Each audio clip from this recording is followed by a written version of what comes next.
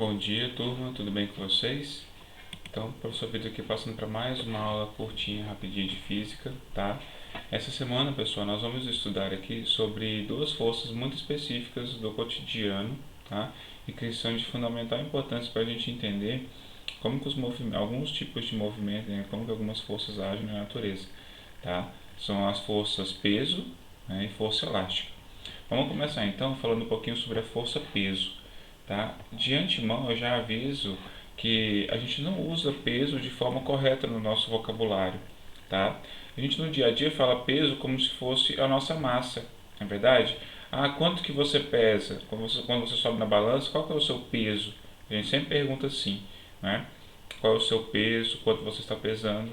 Isso no cotidiano é válido, a gente consegue entender isso. Mas fisicamente falando, peso tem um significado diferente de massa, tá? Então a gente tem que começar diferenciando peso e massa, tá? Massa é a porção de matéria, tá legal, que ocupa certo espaço, ok?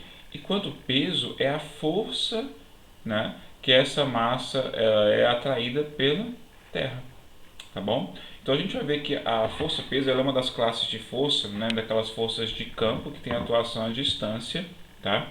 Onde um corpo atrai o outro à distância, devido à existência pura e simplesmente das massas. Então o planeta Terra ele atrai o nosso corpo atrai o planeta Terra. É claro que você vai perceber que a Terra é muito maior do que o nosso corpo, então é muito mais fácil a gente se deslocar do que a Terra se deslocar. Por isso que sempre que a gente pula, nós vamos fazer o quê? Nós vamos sempre cair. Tudo que está sob a influência da gravidade da Terra tende a cair em direção a quem? A Terra, tá? Inclusive eu coloquei nesse desenho aqui para que fique bem claro, ó. Se você estiver nesse ponto do planeta, você vai cair em direção ao centro da Terra. Se você estiver aqui, você vai cair em direção ao centro da Terra. Tudo sempre caindo, tá? Em direção ao centro da Terra, porque a força de atração ali, ó, tá certo? E o peso, ele depende exclusivamente de duas coisas, da massa, né, e da gravidade do local, tá bom? A gravidade, ou a aceleração da gravidade, tá? Ela vai medir, de maneira geral, o quanto que o planeta está atraindo, se ele te atrai mais forte, se ele te atrai mais fracamente, tá? De maneira que eu poderia escrever que o peso é o produto entre a massa e a gravidade local, tá certo?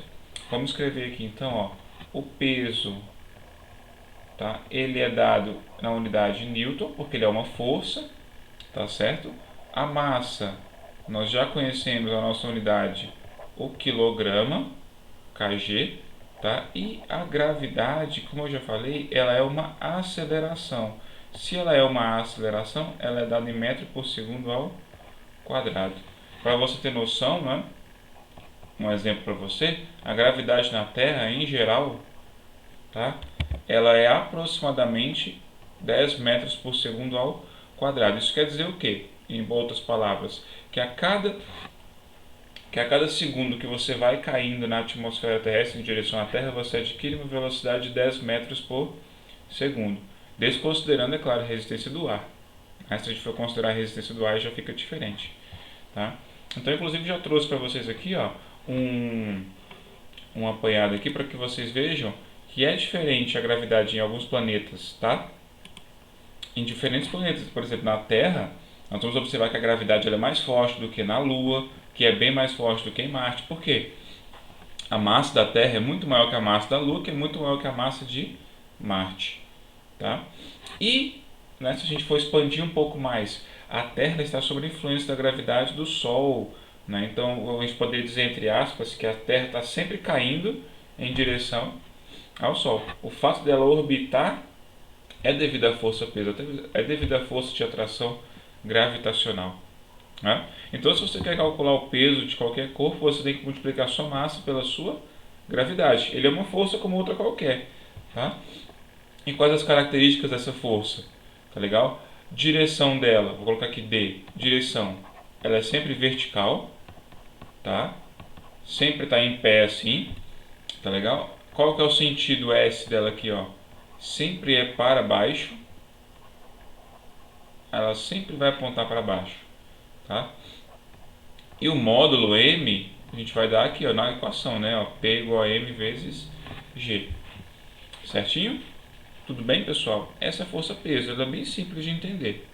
Tudo bem? Sempre que o corpo tiver sob a influência da Terra, né, sempre que a gente estiver analisando essa força que faz com que os corpos caiam com influência da Terra, nós vamos chamar isso de força-peso.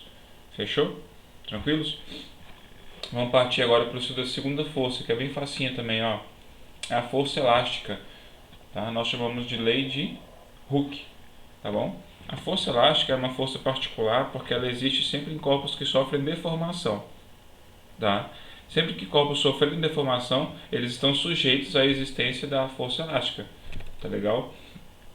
E para exemplificar melhor, né, a gente costuma trabalhar sempre com as molas, né? Elas são esses instrumentos que a gente consegue medir exatamente o quanto que aumenta, o quanto que diminui de tamanho, facilitando então que a gente perceba a existência da força elástica, tá?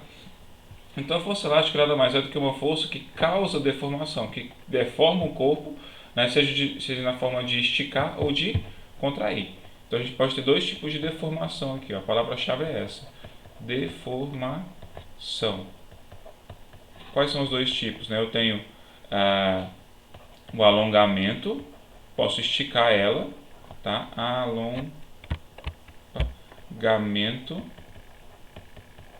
Ou eu tenho também o contrário, a contração da mola, né? Posso apertar ela, contração. Tanto faz, vai valer do mesmo jeito a lei de Hooke, né? Você vai perceber, olhando no desenho aqui comigo, ó, você percebe que a força que vai existir aqui, ó, é uma força proporcional, tá, ao quanto foi deformado. Tá vendo? Estou escrevendo a força aqui de duas maneiras diferentes para que você veja. Ó, a mola estava no seu estágio inicial, na sua posição de neutralidade. Eu estiquei, eu deformei ela um certo valor, apareceu uma certa força elástica aqui. Ó, vou colocar fel, né?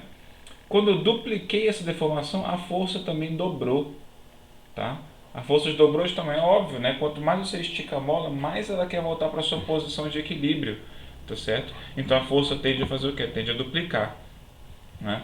De maneira que você pode escrever a lei de Hooke como esses parâmetros aqui, ó. A lei de Hooke ela é proporcional à deformação do corpo, né? Então você percebe, quanto maior a deformação x aqui do corpo, maior é a força que vai aparecer, tá? E existem alguns parâmetros aqui nessa determinação, ó. Então vamos colocar o x, ele é a deformação, tá bom? Deformação, ou seja, o quanto que aumentou ou diminuiu, sempre em metro, tá? O k, ele é um parâmetro muito interessante no estudo aqui, ó. Nós chamamos ele de constante elástica da mola, né? Como a gente está falando da mola, ou então constante elástica apenas do material, tá? Ele vai ser dado em Newton por metro. O que isso aqui indica, né? A constante elástica ela é um número, tá legal? E esse número está associado a quem? Associado à capacidade desse material, dessa mola se deformar, certo? Então, por exemplo, se você pegar uma mola com uma constante elástica elevada, que tem um número elevado, o que ela vai representar para você? Vai representar uma mola rígida, dura. Quanto maior for o valor de K, mais rígido é o material, mais difícil é deformar ele, né? Tanto é que quando você deforma um material que é muito rígido, a força que vai existir nele é muito grande. A tendência é que exista uma força muito grande para que você consiga deformar, né? Ao contrário, se você tiver um valor de K pequenininho, bem baixinho, tá? A constante elástica bem baixinha, isso pressupõe que a mola ou que esse material ele é de fácil deformação, ele se deforma bem facilmente, não é? Então, se você pegar uma mola com uma constante elástica pequenininha, você percebe que ela consegue se esticar e voltar bem facilmente. Legal? Você pode observar isso naquelas molas malucas que tinha antigamente, né, que o pessoal brincava, aquela que se esticava bastante assim, ó. Ela tinha uma constante elástica baixinha, bem pequenininha. E ao contrário, outro exemplo, a mola do carro, né, as molas que ficam na suspensão do carro. Elas devem ter uma constante elástica elevada para que ela amorteça, né, os impactos que a suspensão do carro vai ter. Porque se ela fosse muito mole, tá, ela ia deformar muito. Então você, como usuário do carro, você ia sentir muito aquela trepidação, né, aquele ondulação na pista. Então o papel dela é absorver bem os impactos, fazendo com que tenha que ser feita muita força para que ela deforme. Por isso que ela tem uma constante elástica elevada, tá bom?